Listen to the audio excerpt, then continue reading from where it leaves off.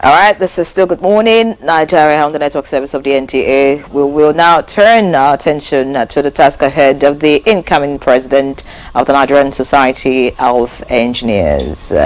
We have Engineer Margaret Oguntala right here with us this morning. Good to have you, ma'am. Thank you. Good morning. All right. How does it feel being the latest president of the Nigerian Society of Engineers? Well, let me first correct the impression of being the incoming president. I am the president now. I assumed office on 1st of January, as stipulated by Memorandum of Article and Association. It feels really good, but also exciting, but daunting. All right. Talking about being daunting, I hear tomorrow is the investiture, by the way. Yes. Okay, so maybe that's why a lot of people just feel until the investiture before we begin to say, "Oh, president of the NSE." That's the official ceremony, which is not compulsory. But one question I would like to start with this morning is, I just hope you would do the women proud. I'm starting with it because of. You know what I'm talking about. So anyway, let's look at congratulations. Thank you. First of all, thank you. And I know that you had mapped out your strategy. Yes. You were ready for this position. Yes. So and you know that a lot, is required from you. Yeah. Nigerian women, not just Nigerian women across the globe, also look out here. And why I'm beginning, this way is because of the low representation of women, especially in this construction subsector. We do not have as much women showing such capacity and tenacity as we have, our male engineers. I don't know. Do you share this perspective? No, I don't. Because we do have enough women. Yeah, we're not visible. We don't. When we see constructions, when we go to construction sites, we don't see women who are building bridges, who are building roads, who are building, all those. The reason is the number. There's a percentage of women who are in engineering, who are in construction. We do have a number of women, a lot of them really, and not just now, even way back. I can mention a few of them, and right now. We have the controller of works for the entire, I think the entire Southwest or Lagos is a woman. And she goes to sites, building bridges and all of that. So we do have women. It's just that when the percentage of, the ratio of men to women is that as low as it is, we might not be that visible. But again, we may not have been doing enough to be visible. Exactly. Being deliberately visible, which is one of the things that I plan to work on. Visibility of engineers and the engineering profession. And then, of course, we also encourage APWEN, which is the women wing, to be more visible. The Association of Professional Women Engineers of Nigeria. And of course, encouraging more girls to go into courses that have to do with STEM. With STEM, yes. Yes, we do a lot of that. Just so anyway, we do. APWEN has programs for mentoring young girls. We have collegiates and universities, just to mentor them, to encourage them. And as far back as about 5-6 years ago, the campaign was taken to even primary schools to encourage young girls into STEM. So what are your... And now we even think of STEAM, adding arts to the... Before you even ask her plans, you talked about APWEN. Yes. And that takes me to what the Lagos State chairman, once said. I think once said, and I mean, she boasted that if President Tinubu were to give women engineers the opportunity to revamp the ailing, moribund infrastructure, and she was specific to refineries, that in just 1 year, that female engineers in Nigeria will revamp the refinery, will bring the refinery back to life. Was she just merely speaking, or was that a statement of fact? Well, to a large extent, I think it's possible. It is possible, but strategy is the thing. So the strategy that we have to use to actualize that is what we need now to put in place. Okay. And then I'm sure that given the right environment, the enabling environment, and the encouragement, and the involvement, full involvement of engineers. But you know that me here, I'm president of Nigerian Society of Engineers. So I'm not going to be talking too much about just women. So I'm talking about the engineers in general. So what are your main priorities, your immediate priorities as the president of the NSE? And then what would you consider the most challenging that you would like to handle? Well, my immediate strategic priorities, as I will call them, I have one strategic agenda, but 5 kind of focus areas. Thematic areas. Yes, and then 34 action points because of I'm the 34th president. So it's deliberate. Yes. So the first strategic priority is membership development. And under that, I'll be looking at developing our members. First, the membership growth, because we need to grow our membership now. We realize that we could have more than we have now as our members, and be able to also retain the interest in the society. And to do that, we plan to upskill our members and prepare them for better knowledge and to stay abreast of their profession, and all of that. We also plan to mentor. We want to do some kind of mentorship, deliberate mentorship program where we'll pair mentors with mentees. When you want to join the Nigerian Society of Engineers, we have this system of having older members propose the younger ones. So, but they just do it and they still follow up. And we do know that we need to mentor the younger ones so that they can take up the role after we leave. Then I'm also looking at intergovernmental industry and academia collaborations, to be able to want to engage government more, have roundtable discussions and dialogue with government to engage engineers more. That's what that's where I was going, because that has been one area that indigenous engineers have always raised issues with. Yes. That they're not being mainstreamed in contracts that have big contracts and all that rather, such works are contracted out to foreign, engineers and all that. So I'm just wondering, because as you come in now, apart from your gender, and in fact your gender makes, projects you more. A lot of people will be wondering, what's the capacity? Yes, what's the capacity to be able to turn, this area around?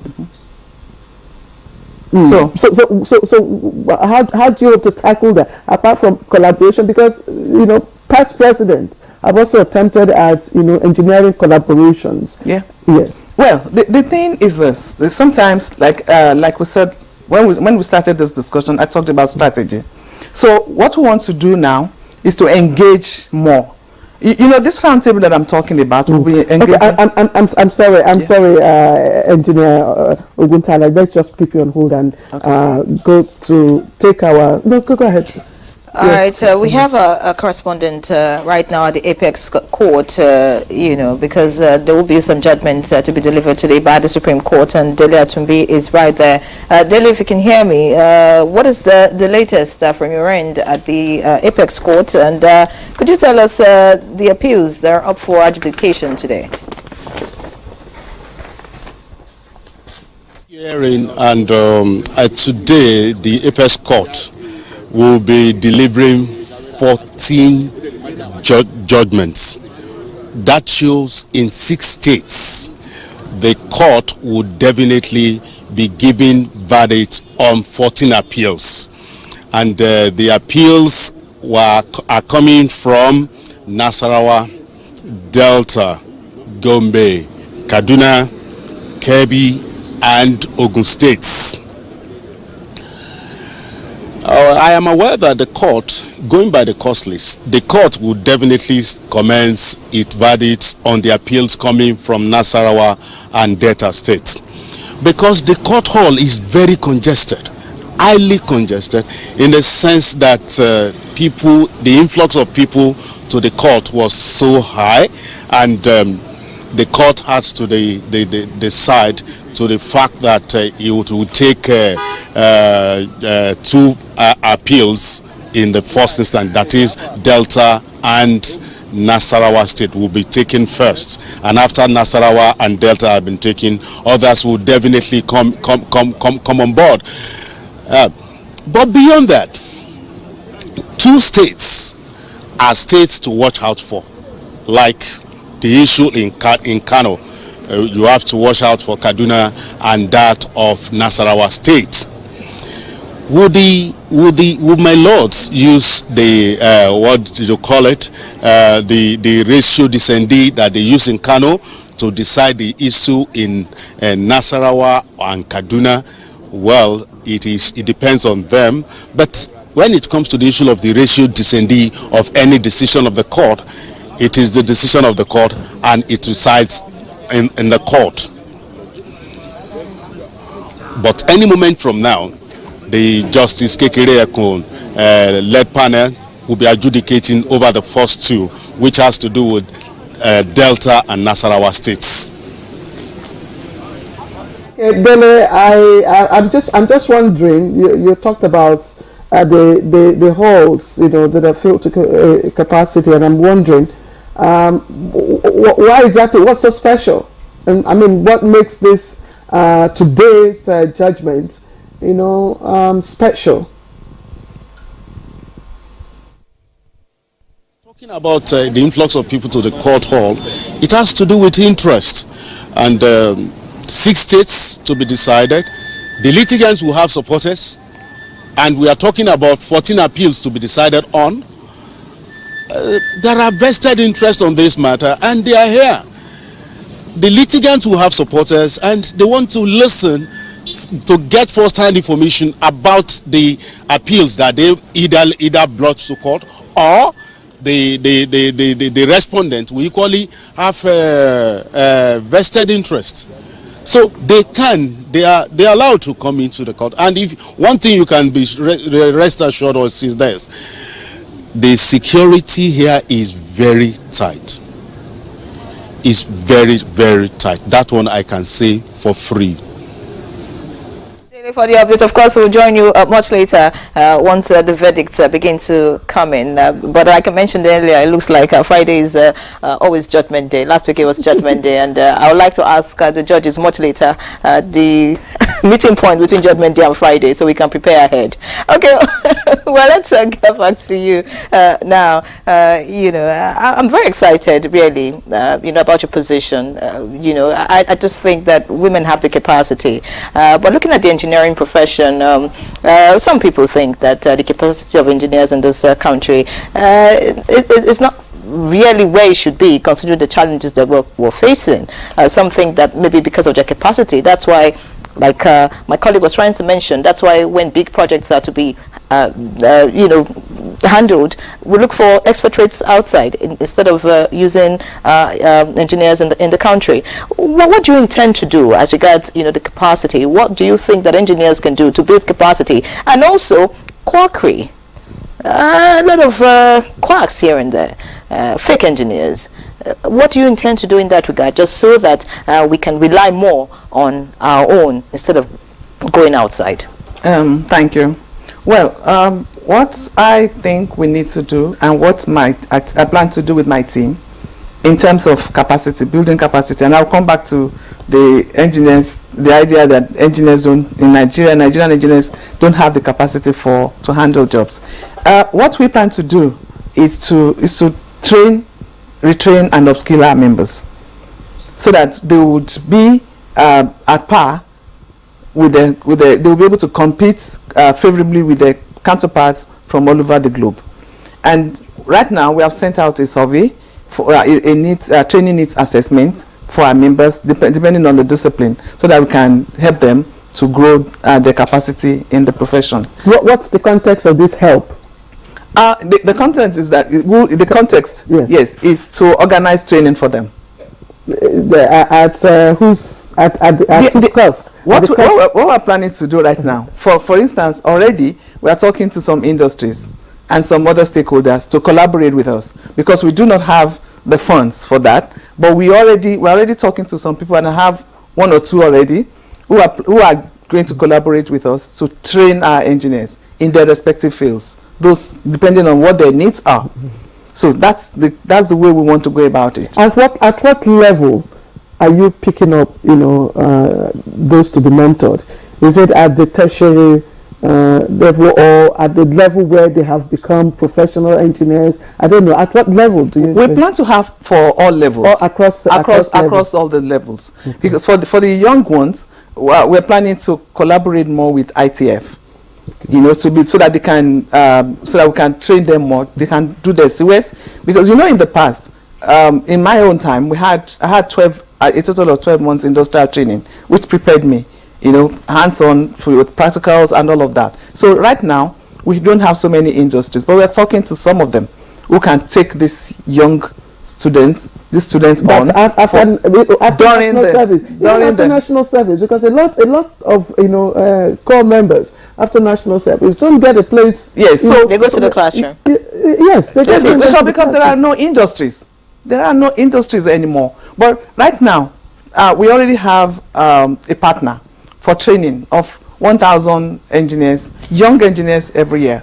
But besides industries, even our schools these days are beginning to fall short in terms of, you know, materials to train, you know, the students even in school. We hear of engineers in school talking about you being told the machine parts on a paper instead of... That's the extent to which the educational sector has fallen. You know, and it's not the fault of the engineers, you know that. It's government paying just deliberate attention to the educational system. We just have 60 seconds. I know you've talked so much, but just give us a recap. You want to, you know, the branding of, you know, the engineering institution. Just give us key points of actionable points. Okay, so one, we want to develop the capacity of our members. You know, we want to help them to develop their capacity. We want to give value, a kind of value proposition for the membership of NSE. We want to collaborate more with government, industry and academia, and kind of bridge the gap between, between the three helix, as we call it. Okay. And then we also are looking at rebranding the NSE. We want to be a force to be reckoned with. We want to be the voice of engineering and engineers. And that means improving the visibility of NSE. All right, brilliant. The 34th president of the NSE, Engineer Margaret Oguntala, what will be your, you know, we're about to round up the conversation. What will be your last words to engineers that are watching you this morning? What should they expect from you as their president? Okay, so what to expect is this. In the next 2 years, we're going to spend time rebirthing the Nigerian Society of Engineers for the growth, empowerment and advancement of engineering in Nigeria. And I want everybody to come on board and let's do this together. All right. All right. Congratulations once again. Of course, looking forward to your investiture tomorrow. Wishing you all the best. Thank and you. We hope that after 2 years, you get another term. And of course, bring another woman. No, we only have one term. Oh, one term. Beautiful. One term, so 35th yes. president and 2 years is a woman is a long too. time. All right. 2 years already counting, by the way. Exactly. Today's 19th. All right. Yes. Thank you so much, Margaret Oguntala, for joining us for the conversation. So now let's have a bit on sports. Thank you. And listen. All right, let's take some foreign stories now. Ugandan opposition leader and former presidential candidate Bobi Wine says that police had surrounded his residence yesterday and put him under house arrest ahead of a planned protest. Opposition politicians had planned demonstrations on Thursday against the poor condition of roads in Uganda, which is hosting 2 global summits this month.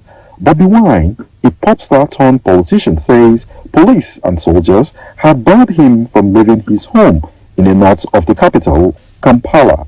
Bobi Wine, whose real name is Robert Kyagulanyi, challenged veteran President Yoweri Museveni in Uganda's last election in 2021, calling for an end to his long term in power. The opposition figures are urging Ugandans to protest, demanding government action to address deteriorating road conditions. However, police have pledged to thwart the demonstrations, citing past instances of unrest associated with these politicians and the potential disruption to the ongoing non-aligned movement summit in Kampala, attended by 4,000 delegates. Pakistan and Iran's cross-border air raids this week, targeting militants on each other's soil, mark an unprecedented flare-up at a time when the region is already a tinderbox of tensions. Nuclear-armed Pakistan and its western neighbor are both battling simmering insurgencies in the restive regions along their porous border. Tehran says it hit an Iranian terrorist group with drones and missiles in Pakistan, prompting Islamabad to recall its ambassador and debar his Iranian counterpart. All right, that's Good Morning Nigeria today. Many thanks for joining us. We hope to see you next week. I'm Henry John. Enjoy your weekend. And to all our social media fans, we thank you. Keep watching the NTA, keep watching Good Morning Nigeria. It's a good drink to start your day. We'll see you next week. From all of us, have a good weekend.